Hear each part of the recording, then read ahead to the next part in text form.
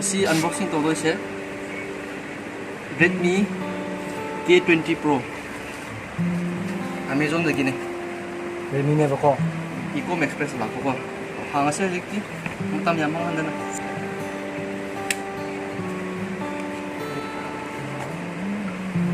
sorry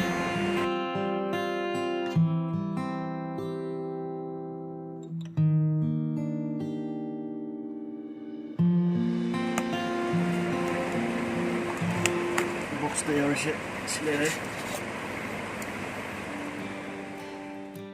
Qualcomm Snapdragon 855 processor, 48 megapixel AI rear triple camera, 20 megapixel pop-up selfie camera,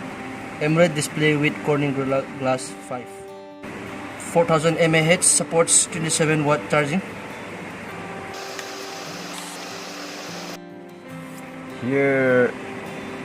we go. Here we go. So here is 이제 시나 심 이젝터를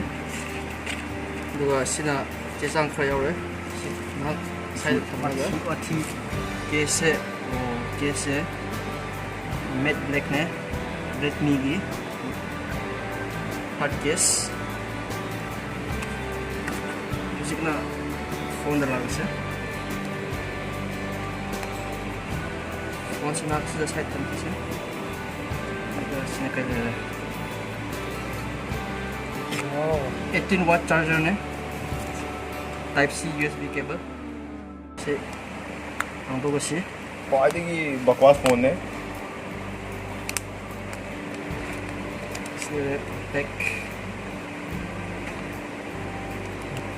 wow Cina power unlock button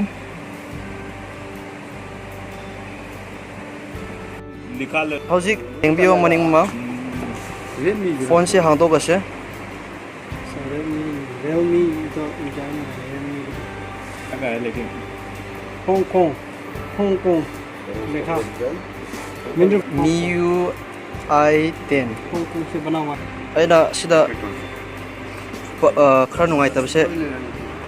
kreda nungai tab ra baganda pot se magi dedicated